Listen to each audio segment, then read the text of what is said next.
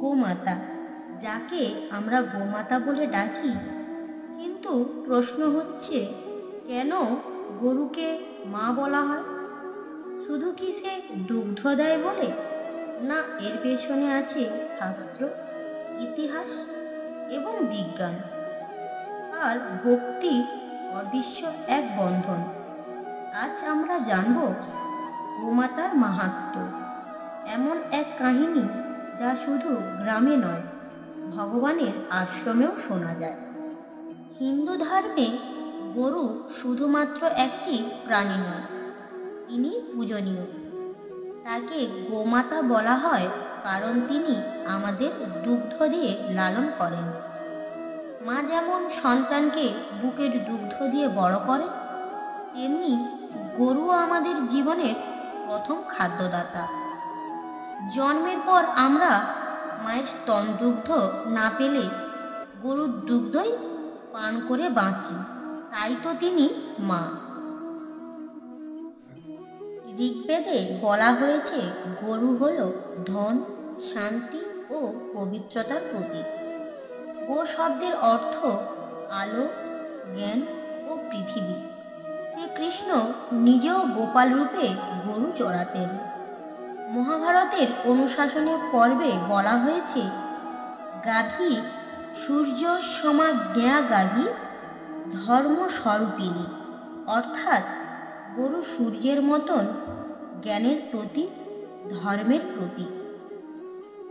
গরুর সাথে ভগবান শ্রীকৃষ্ণের সম্পর্ক অটুট।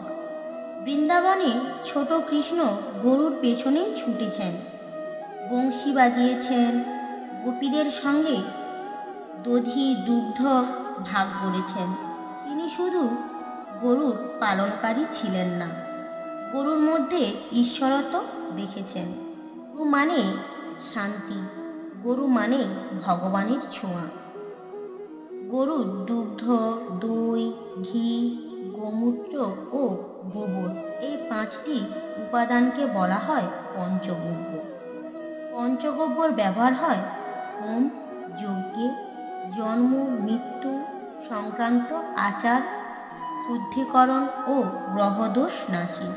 এই 5টি উপাদানকে একসঙ্গে মানুষের দেহ, মন ও আত্মাকে করে পবিত্র।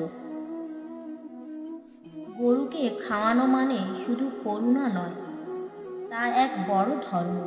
শাস্ত্রে বলা হয়েছে, গরুকে এক মুঠো ঘাস খাওয়ালেও ফল হয় 1000 যজ্ঞের সমান। গোসেবা করলে বাড়িতে আসে লক্ষ্মীর আশীর্বাদ, শান্তি ও সমৃদ্ধি। বহু সাধু সন্ত মহাত্মা গোসেবাকে করেছেন তাদের জীবনের ব্রত।